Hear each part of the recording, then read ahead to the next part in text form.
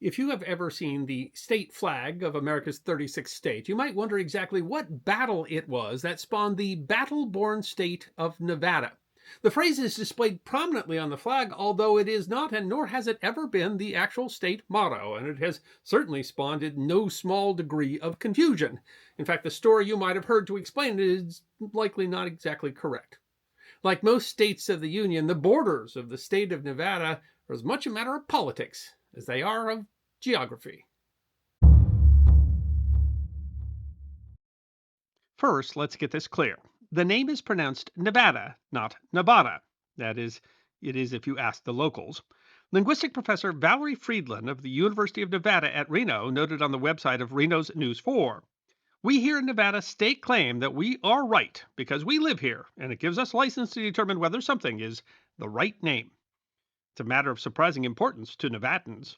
Atlas Obscura explains it is not unusual for the residents of a state to have their own pronunciation of their state's name. Regional accents and dialects can affect all kinds of words.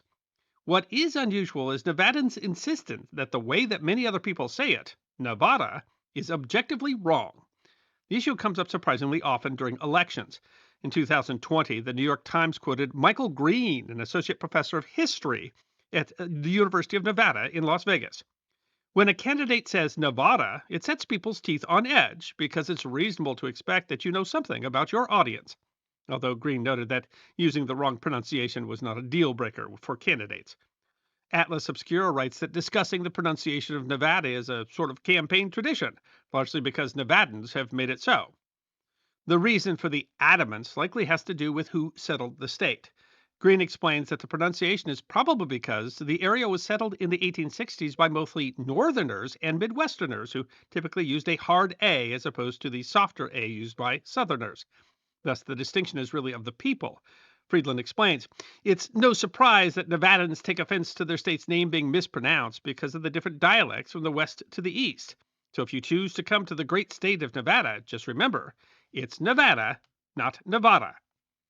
And yet that pronunciation is a bit odd, since the name came not from the American South or North, nor from the west to the east, but south from Mexico. Nevada is a Spanish word. In 1542, Juan Rodriguez Cabrillo explored the coast of California and claimed it for the Spanish.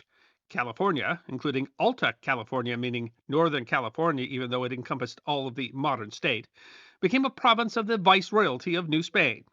He coined the term Sierra Nevada to refer to a mountain range that is today called the Santa Cruz Range, but the name came to be applied more generically to any number of interior ranges that were not well explored at the time. Sierra means mountains, and Nevada means snowy, and Sierra Nevada means roughly snow-capped mountains. In 1775, Spanish-born Franciscan missionary Pere Pedro Font acted as chaplain for an expedition under the command of explorer Juan Bautista de Anza Bezerra Nieto to explore Alta California. Font produced a map on which he named a Central California range Sierra Nevada. The name of the state was derived from that. Thus, Nevada means snowy, and that might seem odd if your only experience with Nevada is Las Vegas. But if you never headed north, much of the state is in fact snow-capped mountains. Nevada has more named mountain ranges than any other U.S. state. However, quizzically, only a small part of the Sierra Nevada range is in Nevada, with most of the range in California. So the state is named after a mountain range that is barely in the state, and the name was derived from a name coined for another mountain range that isn't in Nevada at all. But Nevada does have mountains and can certainly be snowy, except in general in Clark County in the south, where nearly 70% of the population lives and snow comes on average only maybe once a decade. And to make it more confusing, the Spanish pronunciation is actually closer to Nevada, but don't say it that way in Las Vegas. And if you are interested, while mountain ranges are often used in the plural, it is considered a faux pas for those who live in the Sierra to say the Sierras. Famed nature photographer Ansel Adams explained, the name Sierra is already a plural. To add an S is a linguistic, Californian, and mountaineering sin. And so both the pronunciation and the name itself are a bit off kilter. And one reason may be that the name is actually somewhat new.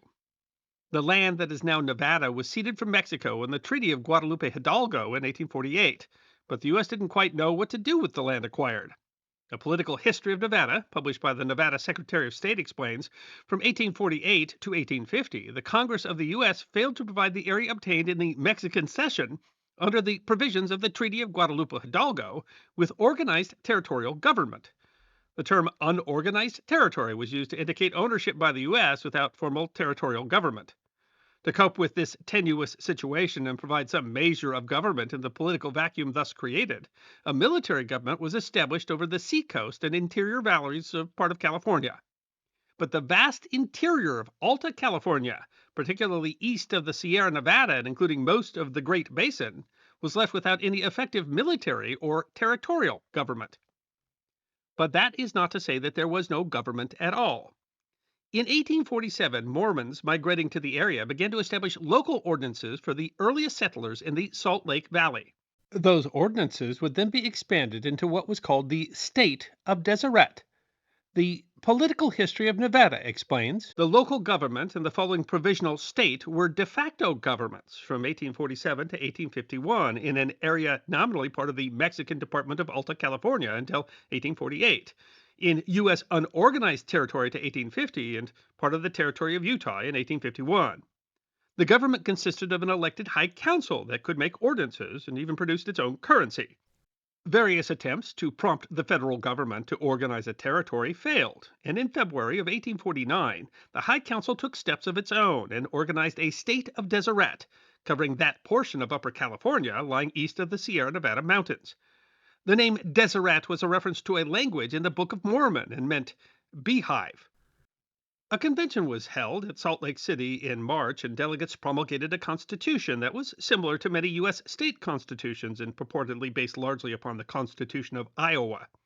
The proposed territory included within its jurisdiction most of what is now Nevada and Utah, large portions of California, Arizona, and Colorado, and smaller areas of New Mexico, Wyoming, Idaho, and Oregon. Almon Whiting Babbitt was elected to represent the new state in Congress. The Constitution was presented to the U.S. Senate by Illinois Senator Stephen Douglas, who offered the Senate a choice of organizing a state or a territory. The idea failed due to politics of the time. The Political History of Nevada explains the Taylor administration was unsympathetic to granting the Mormons their desires, and Congress was split over the slave question, thus complicating division of the Mexican Cession into territories or states.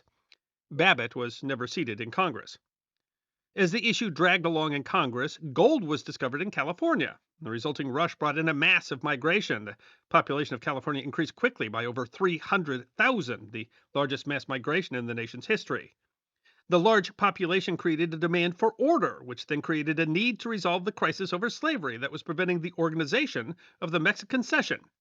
The Compromise of 1850 allowed the entrance of California as a free state in exchange for strengthening the fugitive slave law, requiring federal judicial officials in all states and federal territories, including free states, to assist with the return of escaped slaves to their masters in slave states. California was admitted to the Union as a state on September 9, 1850, without ever having been organized as a territory. Which is, by the way, the reason that the Roman goddess Minerva is on the California state seal, as by legend Minerva sprung full-grown from the forehead of Zeus. The same day that California was admitted, the rest of the Mexican Cession was organized into two territories: Utah Territory to the north and the New Mexico Territory to the south. The name was changed to Utah, named after an indigenous tribe, rather than Deseret, especially to overcome objections to a Mormon government, and the former state of Deseret was split into two territories because the original proposed boundaries were seen as being too expansive. Under the compromise, neither territory was designated as free or slave, but the people of each would be allowed to choose when any state was organized from the territories, a principle called popular sovereignty. The Utah Territory went from the eastern border of California to the summit of the Rocky Mountains, meaning that it included all of the modern state of Utah, most of Nevada, and western Colorado. However, the southern border with New Mexico Territory was drawn at the parallel 37 degrees north, so Utah Territory included all of the present-day Nevada except for the southern section, where today 70% of the population resides. President Millard Fillmore was relatively more well-disposed towards the Mormons than President Taylor had been, and appointed Brigham Young governor of the new Utah Territory. At the time, though, the western part of Utah Territory was not generally called Nevada, but was called Washoe, the name of a Great Basin indigenous tribe that lived in the area of Lake Tahoe.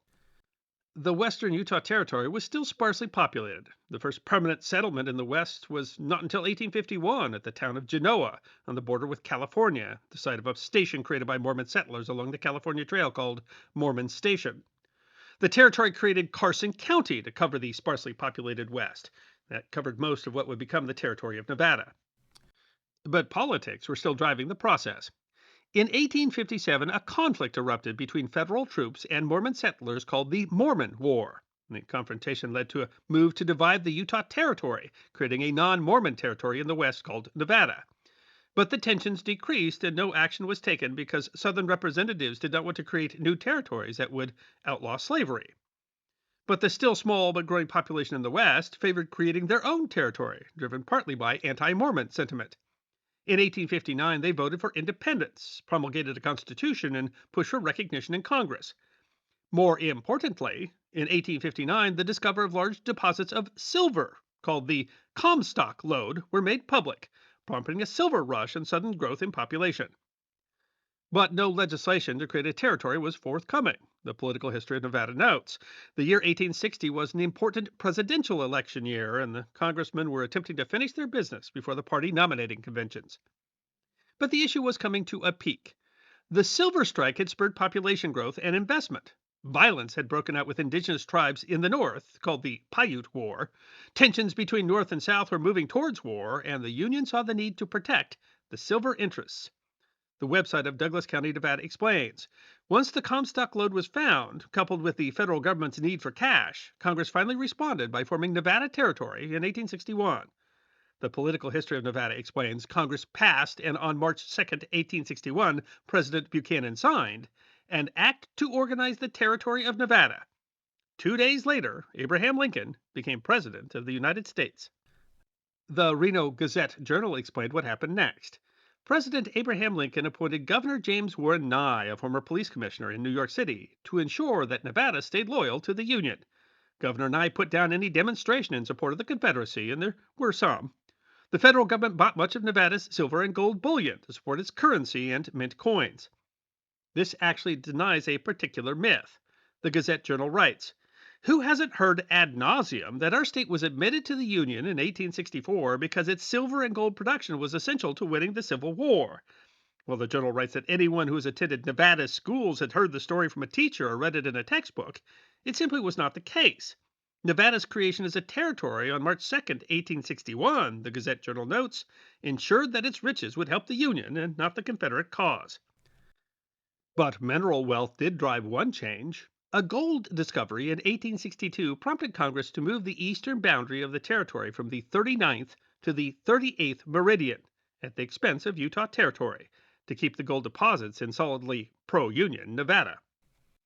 And Nevada wouldn't be a territory for very long. Congress passed an enabling act for Nevada to be admitted as a state in March of 1864. It was admitted to the Union on October 31st, 1864, a scant 3.5 years after becoming a territory. But why the hurry? At the time, the state had just 40,000 residents, well short of the 60,000 required to apply for statehood. What's more, statehood would mean nothing to the war. The Gazette-Journal notes that by the time Congress approved an enabling act for Nevada on March 21, 1864, the Civil War was winding down. The Union had won decisive victories at Gettysburg and Vicksburg, and the South was in shambles. Again, the answer was politics.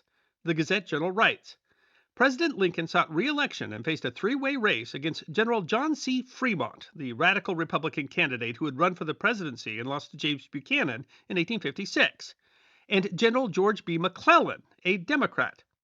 At issue was Reconstruction. Lincoln and the moderate Republicans favored Reconstruction, but with relatively lenient standards for the Confederate states' readmission to the Union and offering a general amnesty for Confederate leaders and soldiers. Fremont led the radical Republicans, who favored a harsh Reconstruction that would include trying Confederate leaders and banning anyone who had served the Confederacy from voting. McClellan's Democrats, while divided, favored readmitting Confederate states into the Union with virtually no conditions. With the Republican Party split, there was concern over whether there would be a Lincoln victory. Under Article 2 of the Constitution, if no candidate won an outright majority in the Electoral College, then the decision would go to the House of Representatives. The Courier-Journal writes, if the presidential election went to the House of Representatives, as it had in 1825 in a four-way race, Lincoln supporters, including Ohio Representative James M. Ashley, author of the Nevada Enabling Act, believed Nevada's lone congressman would support the incumbent president. That is, Nevada was made a state not for its silver, but because of one vote in the Electoral College. Nevada might not even have been necessary. Enabling acts had also been passed for Colorado and Nebraska in 1864, both believed to likely support Lincoln, but elections in both failed to support statehood. Nevadans voted 8-1 in favor of their new constitution, and the state was admitted just 1 week prior to the election of 1864. To facilitate the speedy entry, the newly approved Nevada Constitution had to be telegraphed to Washington. The rather long message cost $3,416.77, the single most expensive telegram in U.S. history to that point. The Gazette-Journal writes, thus Nevada Territory was the only territory to come to the support of President Lincoln. There is another myth, the Courier-Journal notes, coming from a surprising source. A 1962 episode of the television program Bonanza featured a plotline where the Nevada Constitutional Convention debated leaving the Union and joining the Confederacy, and that debate created tension between Adam and Little Joe. It was, however, fiction. While there was debate over whether to become a state or remain a territory, there was never discussion of joining the Confederacy. The Journal writes, this episode has shaped the thinking of many Americans and helped confuse an already confusing story of why Nevada became a state in the Union. One thing that did happen was that Representative Thomas Fitch coined the term battle-born during a speech at the convention. The phrase was a reference to the state being admitted during the war and was added to the state flag. Still more confusion, the battles referenced were in a war that was nearly over, none of which were fought in Nevada. In fact, Nevada was not the only or even the first such battle-born state, West Virginia having been admitted in June of 1863. Contrary to popular belief, battle-born is not, nor has it ever been, the state motto. The motto of the territory was Volent et Potent, Latin for willing and able, and the motto was changed to All for Our Country in 1866. The motto appears on the state seal. And it was unnecessary. Fremont dropped out of the race and Lincoln won an easy victory. Nevada and its congressmen, however, played important roles in the ratification of the 13th, 14th, and 15th Amendments, the so-called Reconstruction Amendments. But the state was not the one we see today. In 1866, another gold strike led Congress to shift the eastern border another degree, again at the expense of Utah Territory. Yet another gold strike prompted Congress to give Nevada a portion of the Arizona Territory, which had been carved from the western part of the New Mexico Territory in 1863. On January 16, 1867, Nevada took the portion of Arizona that was west of the Colorado River. Nevada Magazine explains, Congress decided Nevada would be better able to oversee the population boom expected following the discovery of gold in the area. Arizonans protested vigorously, but their alignment with the Confederacy during the Civil War won them little sympathy. The area was sparsely populated, hardly of value. The city, called Las Vegas, wouldn't be founded until 1905. In an odd twist, the Carson City, Nevada Appeal writes, the acquisition took in all of present-day Nevada south of 37 degrees latitude, including all of Clark County, which today is home to more than 70% of Nevada's population and roughly an equal share of its economic output. No one could have foreseen the outcome that we have now, State Archivist Guy Roca explained. The state is tilted to the south and not the north. But another twist. The appeal continues. Due to an oversight by officials in Carson City at the time of the acquisition, Nevada's constitution was never amended to reflect the addition of the state's southern tip. The discrepancy would remain on the books for the next 115 years. The oversight became a problem. In 1968, a convicted murderer challenged his murder conviction on the grounds that Clark County wasn't actually in Nevada, so prosecutors lacked the jurisdiction to try him under state law. Another convicted murderer tried the same argument in 1976. Both arguments were rejected by the Nevada Supreme Court, but in 1981, Nevada held a vote to make the required amendment to the state constitution. You heard right. In 1981, Nevadans voted whether to keep Las Vegas. The measure passed 2-1. It seems that the politics of money, whether that be silver or gold or poker chips, were instrumental in creating the borders of the state of Nevada as we know it today. Further issues over treaty language and the vagaries of frontier surveying have led to disputes over both the northern and western border. Some of those are being litigated as late as 1980. The flag of Nevada might say battle born, but by and large, the battles that were actually fought to create the state that we know today weren't the kind that were fought across the battlefield. I hope you enjoyed watching this episode of The History Guy, and if you did, please feel free to like and subscribe and share The History Guy with your friends. And if you also believe that history deserves to be remembered, then you can support The History Guy as a member on YouTube, a supporter on our community at Locals, or as a patron on Patreon. You can also check out our great merchandise shop or book a special message from The History Guy on Cameo.